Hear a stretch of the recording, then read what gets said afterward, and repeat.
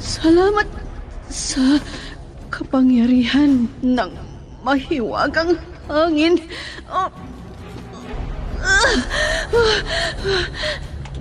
Nandito na ako sa kuweba. Aray ko! Manganganak na ako!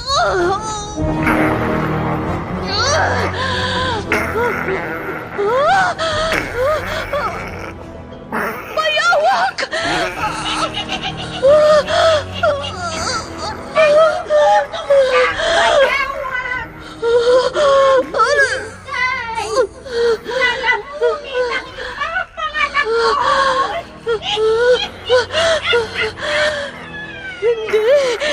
Hindi ko ipahihintulot.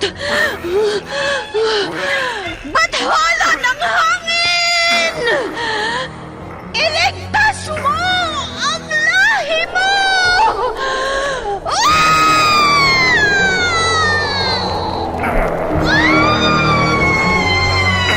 Bakit hindi mo sinakmal ang sanggol?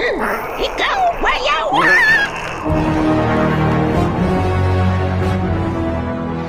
Immortal. Kasaysayan ng isang dayuhan na hindi mapagtanto ang pinanggalingan. Punong-puno ng pakipagsapalaran ang kanyang buhay mortal sa likuran nang hindi niya alam ang kanyang pagkakakilanlan. Ano ang kanyang pakay sa mundo ng tao? Immortal! Naiibang nobela na inyong mapapakinggan sa oras na ito mula Lunes hanggang Sabado. Nobela at sa panulat ni Leti Astudillo Aquino at sa direksyon ni Lubimin Aquino Sr. Mula sa Lovelet Artist and Talent Center Drama Productions, handog sa inyo ng #1 and most trusted radio network in the country, Bombo Radio Philippines. Basta Radio Bombo! Immortal!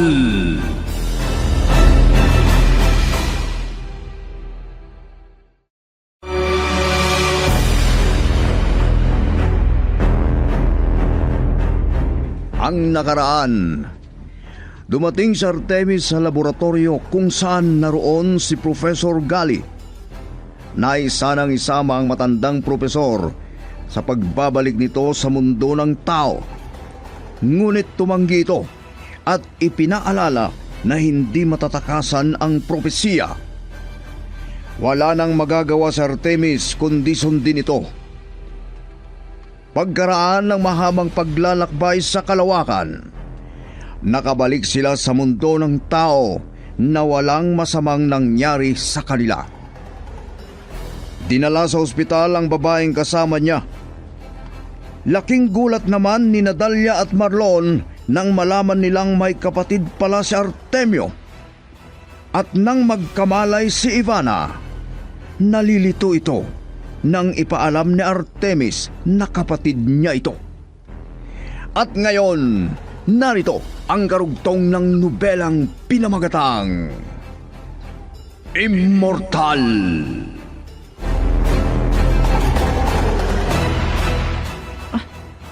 May tumatawag sa cellphone ko.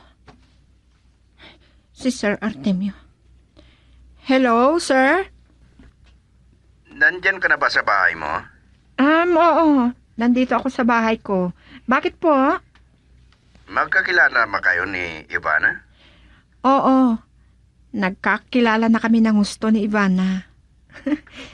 Hindi ko nga alam na may kapatid ka pala. Pero parang wala kang nababanggit tungkol sa pamilya mo. Mahabang kwento. At dahil din sa sakit niya. Ganun ba? Sige, naintindihan ko. Ano nga palang sasabihin mo? Sasama ko ulit si Amar. Ano? Isasama mo ulit si Amar sa pupuntahan mo? Oo nga, ganun nga. Bakit? Saan ba kayo pupunta? May pupuntahan lang kami. Sige na nga. Sasabihin ko sa anak ko na maghanda siya. Bye! Ay, isasama na naman daw niya si Amar. Pero, bakit hindi niya masabi kung saan sila pupunta?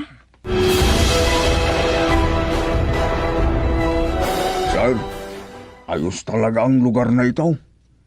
May ilog na malapit na pwedeng pagkukunan ng tubig para may mga pugan ng palaka. Isda. Talagang bahagi ng farm ko ang mga iyon na mistulang pugad, Ador. Baka naman sisisirin nyo ang mga pugad na iyon, sir. Ano ka ba naman, Ador? Ang lugar na ito ay para yon sa buhaya. Hindi mo ba naiisip yan?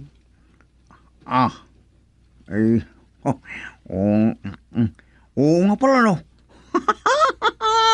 Nakalimutan ko ang buhaya.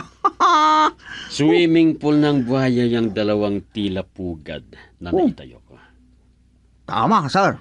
At dahil wala pa tayong maayos na bantay, ikaw ang magbabantay. Nye. Bakit? Takot ka?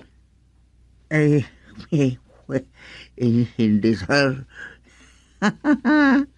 Bakit naman ako matatakot Magkaibigan na kami ng buhaya. Talaga? Oh, Hindi ka na natatakot sa buhaya, Ador? hindi na, sir. Marami na akong karanasan na hindi ako ginagalaw ng masamang buhaya na yan. Kaibigan ko na siya. Friend na kami. Magkaibigan na kami ng buhaya. Ganyan ang gusto kong marinig sa'yo. Yung hindi ka takot. Hindi ako takot, sir. Best friend na kami ng buhaya.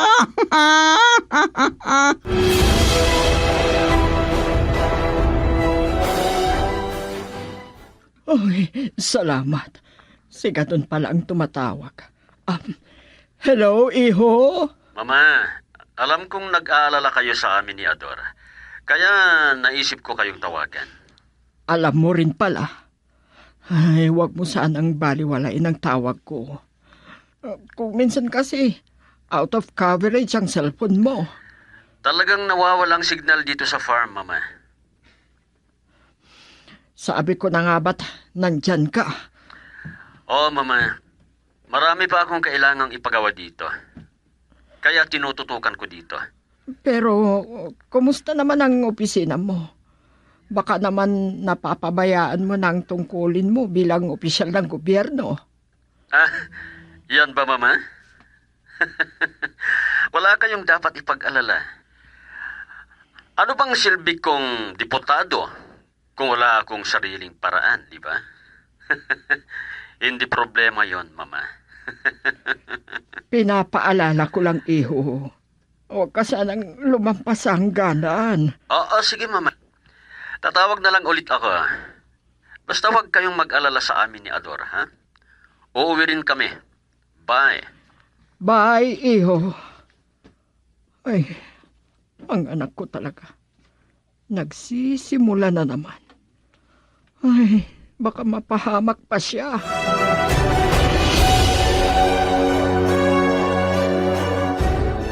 Salamat at dumating ka, iho. Gusto ko ring makausap ka. Mamayang gabi na lang tayo mag-usap, Mama. Dadaan muna ako sa office.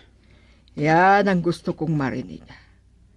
Kasi panay ang tawag ng sekretarya mo dito. Bakit daw? May kumakalat na anomalya. At ikaw ang tinitira. Ano ba naman yung sinasabi niyo sa akin, Mama? Bakit ba kailangan akong pagbintangan? Kaya nga pupunta na ako sa opisina ngayon din. Sige, excuse me.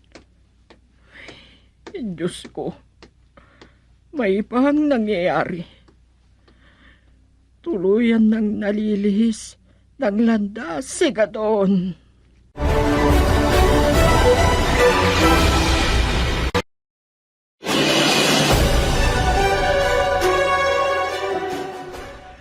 Gusto kong makita ang lugar, iho. Siguro, presko doon. Mama, malayo iyon mula sa bayan. Nasa bundok. Kailangan pa kayong maglakad. At saka, hindi nyo kaya. Ganun ba? Oo, Mama. At isa pa, baka lalo kayong kabahan kapag aktwal nyong nakita ang buhaya doon. Nakita ko na ang mga galaw ng buhaya. Nakita ko noon na may buhayang lumubog sa madamong bahagi sa likod ng bahay. Alam mo, Mama, sigurado akong iyon din ang buhayang nakita nila Aris at Adora. Oo, at naniniwala akong si Aris ang dahilan kung bakit pabalik-balik ang buhaya dito.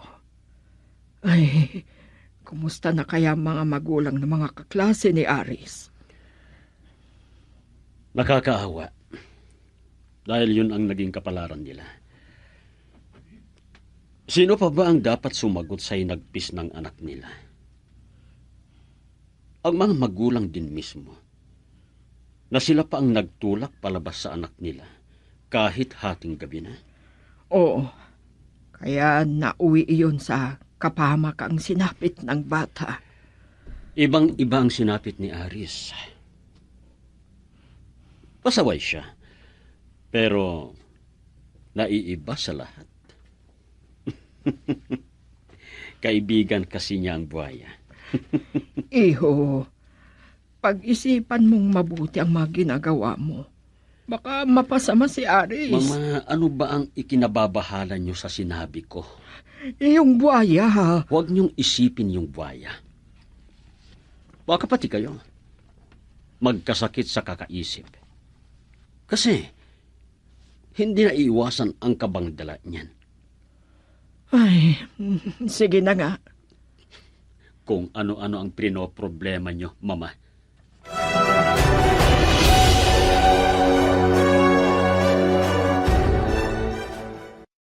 Wala ulit si Masa. Saan na naman nagpuntang mga yun? Ay naku, baka kasama ulit yung mga bata nang hindi man lang nagpapaalam sa akin. Tulad ng nakaraan, nag-alala ako. Akala ko tuloy, ano na ang nangyari sa kanila.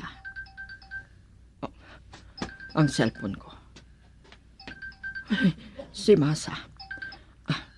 Hello, Masa. Bakit? Nasaan kayo? Madam, nandito kami ulit sa may tulay. Sinundan ko kasi si Aris. Tumakas kasi kanina at mabuti na lang nakita ko kaya sinundan ko. Ano?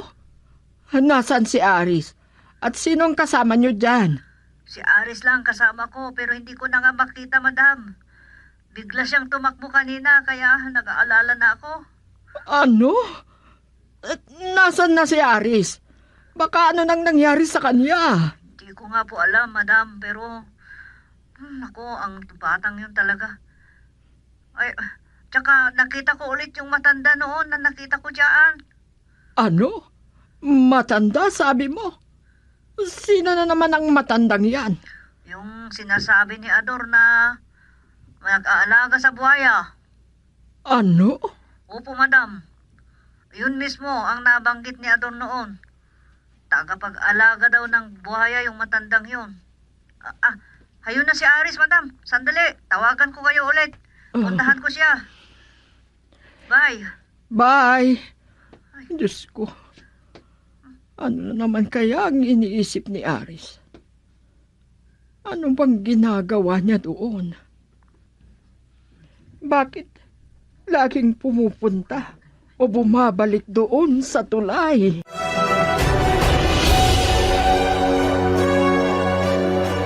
Arisa po, salamat at nandito ka na. Hindi man lang sumagot. Parang walang narinig. Ni hindi man lang lumingon. Ay, Diyos ko. Ano bang iniisip ni Aris?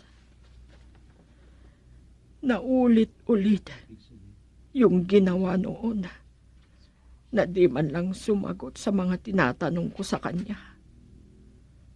At iba na rin ang napapansin ko sa kanya tulad ni Gadon.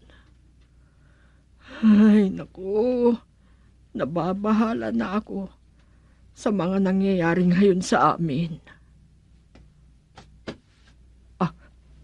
Si Gadon ang dumating. Hindi pa pala nakasara ang gate. Ayun si Masa.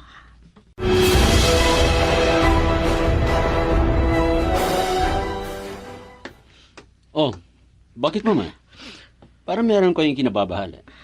Si Masa at Aris, kararating lang nila. Kararating? Bakit? Saan ba sila nagpunta? Nagulat ako kanina nung hindi ko makita si Aris. Kahit si Masa. Akala ko kasi kasama niya. Umalis pala siya. Buti na lang at sinundan ni Masa. Saan sila nagpunta? Sa may tulay, kung saan nandoon ang buhaya. Ano? At bakit? Anong ginawa niya doon? Hindi ko nga alam. Ay, matigas talaga ang ulo ng anak mo, iho. Minsan, gano'n na naman ang ginawa niya. Mabuti na lang at nakita ni Masa at pinawi. Pero kanina, umalis na naman. At mabuti na lang nasundan ni Masa. Kausapin ko, mama. Ako ang bahala.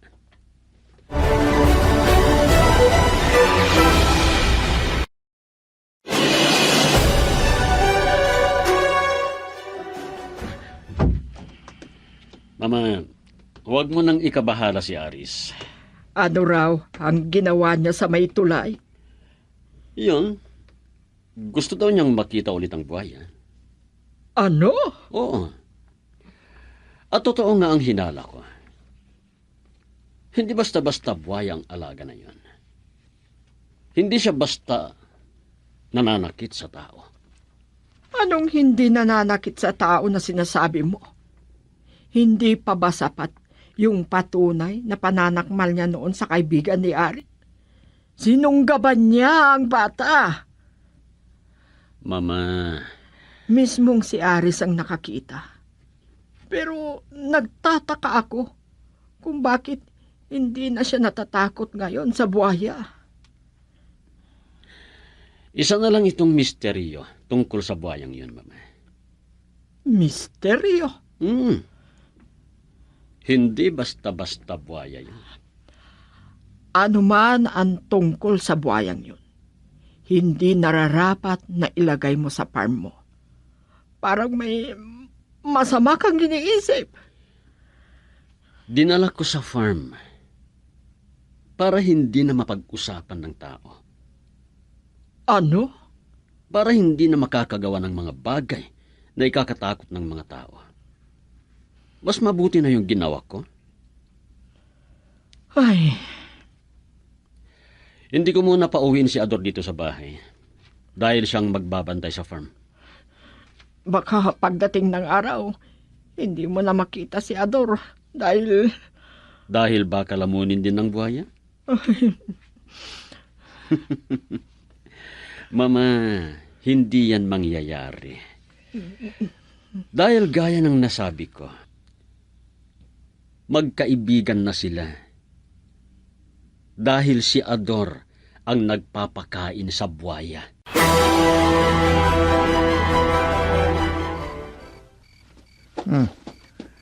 Maganda rin dito sa farm pagtuluyan ko.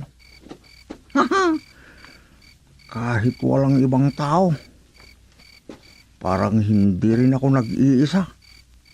Dahil sa dami ng hayop na parang nakikinig sa paligid. Aba, may nakita akong shotgun na nakasabit sa dingding ng rest house. Iniiwan kaya ni Sir Garunio? O baka nakalimutan niyang iniuwi? Sige, tatawagan ko na lang sa mamaya para ipaalam na gagamitin ko iyon pang depensa habang nagbabantay ako dito sa kabundukan. Ay nako. Ha? Ano yun? May gumalaw sa ilalim ng punong iyon. Ano naman ito?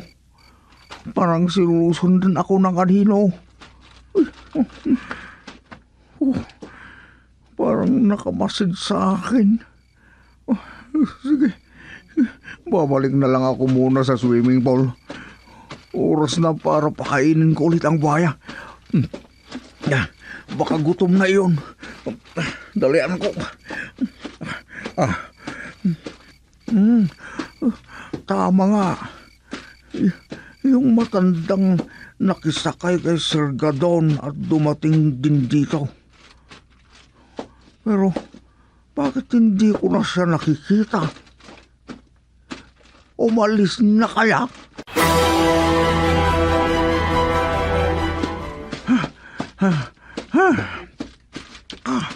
Ayun na nga ang baya. Nakawala na naman.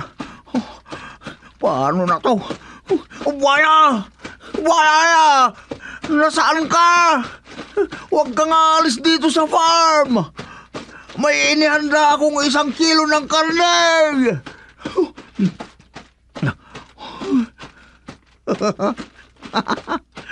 Sas Maria Josep, para na akong baliw dito.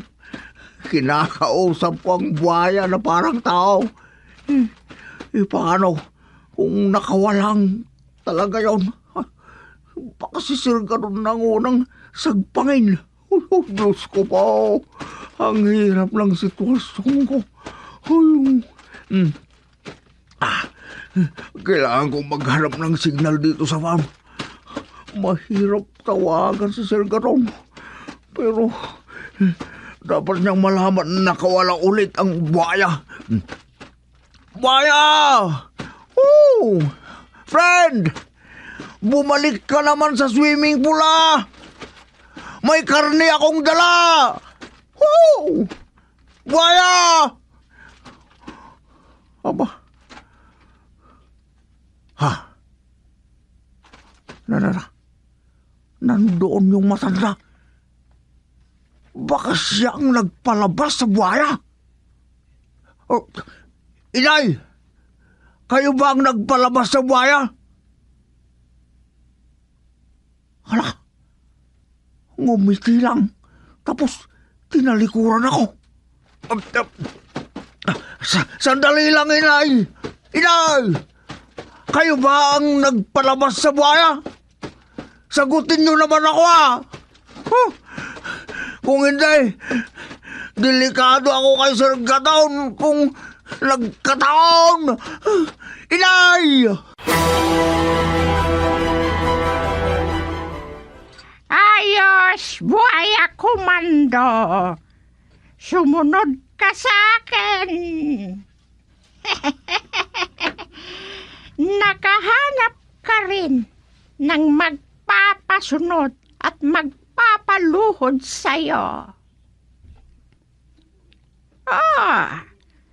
Ganyan nga. Sumunod ka pa. Sa akin ka lamang kikilala, buhaya komando. Sa akin ka lamang magpapailalim.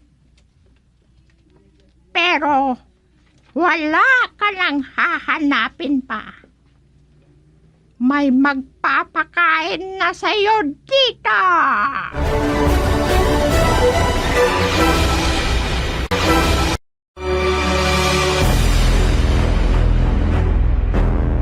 Ano pa ang susunod na mangyayari?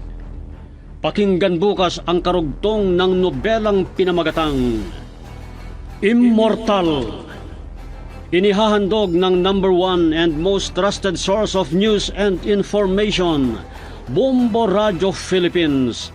Basta Radio Bombo.